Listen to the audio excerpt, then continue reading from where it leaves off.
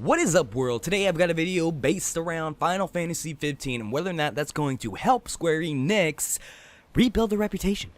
I know other games, like the Tomb Raider is awesome. So I'm not talking like Square Enix reputation based on just general games. I'm talking more the Final Fantasy series altogether. Because as you know, after 10, things got kind of wonky a little bit. Other than 14, the other games are just kind of lackluster to me.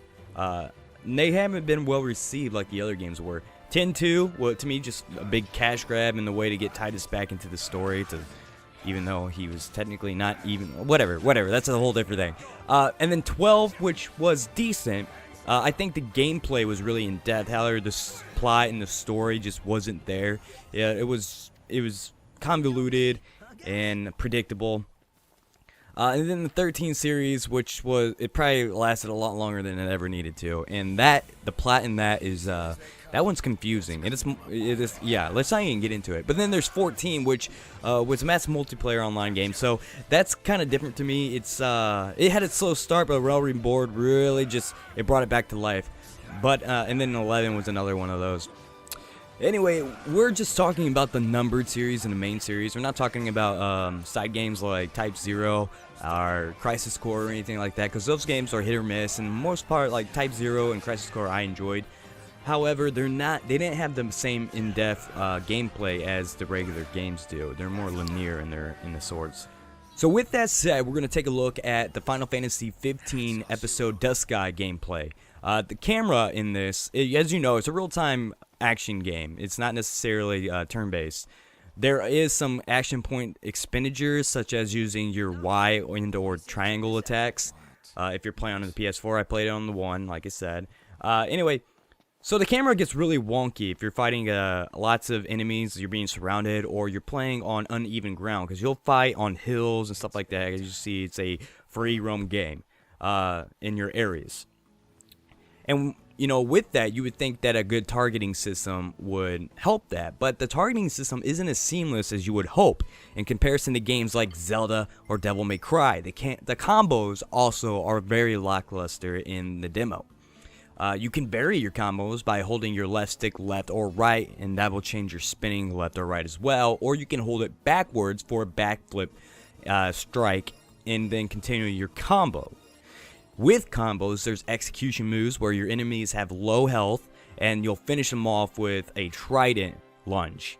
And a lot of times, this is just more of a hindrance and unnecessary because it will a lot of times miss for the quicker enemies. And, you know, it's just better off just to finish it off with a regular combo, or if you have a quick Y move, just go ahead and do that. I hope they do something with that, or maybe you can change your execution move depending on the weapons you have available. And I also hope that they do something wider range with the combos, maybe with different weapons. You have different combos. That'd be great. But you know, that's yet to be seen. The combos also you don't have to mash a button.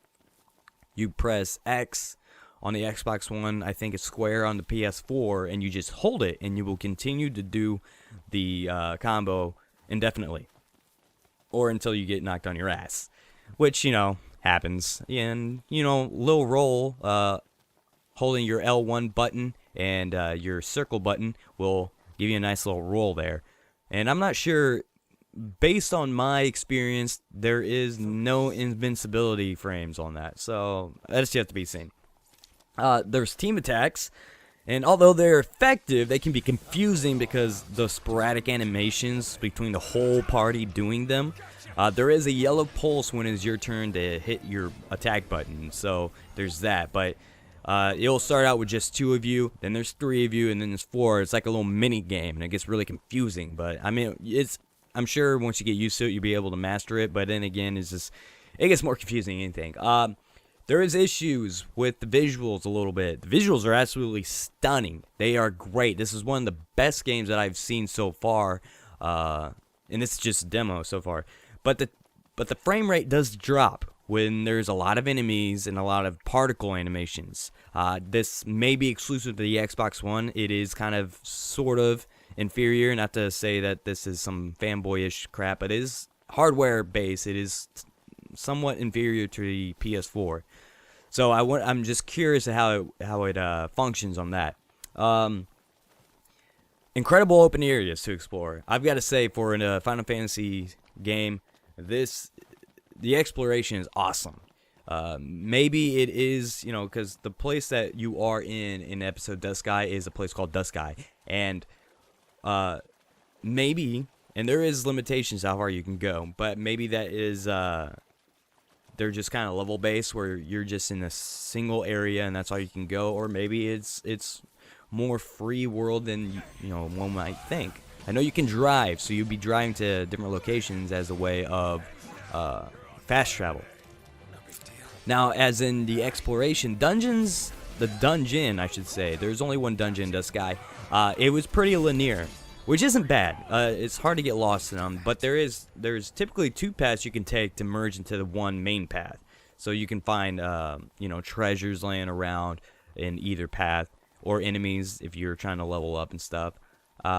So far with the battle system, there is no magic yet.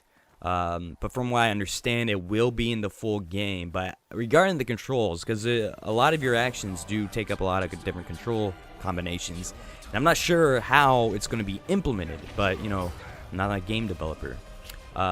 Also, it's really hard to die in the game, and maybe that's because it's scaled upward for you to enjoy the demo and not in just because I know you level up pretty quick in the demo. But it's hard to die. See, even when your white HP bar hits 0, you have a revival HP bar, and in this state, you have to be revived by a party member, or you can use an item, and you can attack in this stage. But once you're helped by an ally, I think your HP goes up half of what the remaining red bar is, and resting at a campfire restores all of that. It's also available to mention that you can only use your summon in that state. And speaking of the summon, you have Ramuh in this demo, and that's absolutely amazing. You'll probably have already seen it in the video, but it has the temporary area effect after it strikes down the Thunderbolt is a nice touch. It's absolutely phenomenal.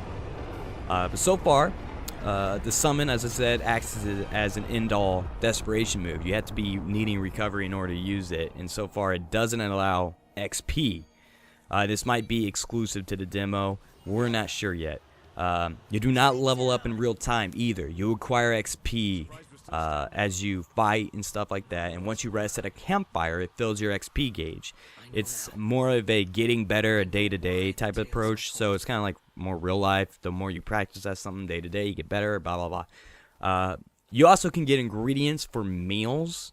As you rest at campfires, you'll have like a night-ending meal, and it gives you stats as well as XP boosts throughout the day, depending on what type of meal you have. The summons in the game are called Archeons, and they actually play a very large role in the game's story. Instead of just getting it in an item, you have to actually tame Archeons.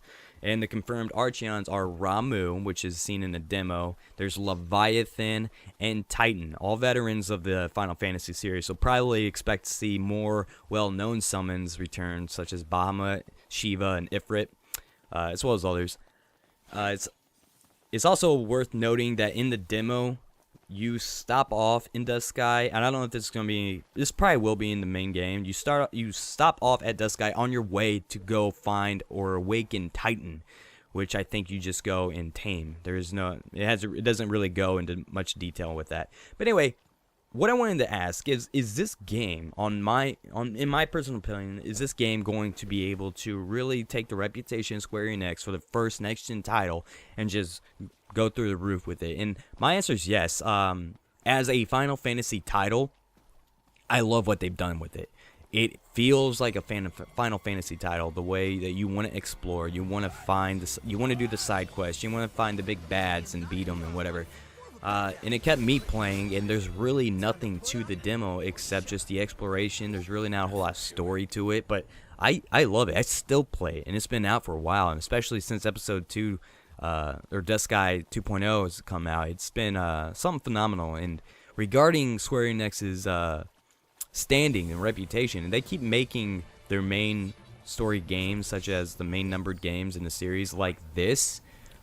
maybe they won't have any problems in the future with sales or anything like that. This game feels huge just for the demo. So I hope it's long, and I hope you're able to put in hundreds of hours like you could in games like 7 and 8 and stuff like that. So, this is my hopefulness. Can this game repair the reputation? And as I said earlier, yes, I think it can if they deliver. So far, the demo, I know it's not everyone's cup of tea, but from what I've seen of it as an RPG, as a JRPG fan, it's phenomenal. I loved it. It's not turn-based or anything, and I like the turn-based games, but I also like the Kingdom Hearts games and the way they did that. And this game just, taking out of the norm and what we're used to, because I think it either needs to be a turn-based system like 8 or 7, or it needs to be a free, a real-time battle system, not like they have in 13 where it's a hybrid or 12 or whatever. Those kind of worked, but at the same time, it just kind of gets funky after a while. But, yeah, guys, let me know what you guys think. If you've played the episode Duscae on the PS4, how does it perform? But other than that, guys, what do you think this game's going to be offering to Square Enix? Do you think that this is going to be like the rebirth, the new gen or current gen rebirth of Square Enix, where a Final Fantasy title, you never had to worry about what they were releasing? You knew that title was going to be good. Hopefully it gets back to that. I'd love to see Square Enix going back to their roots of just putting out phenomenal games. But yeah, guys, let me know what you think in the comments below, and you guys have a good one.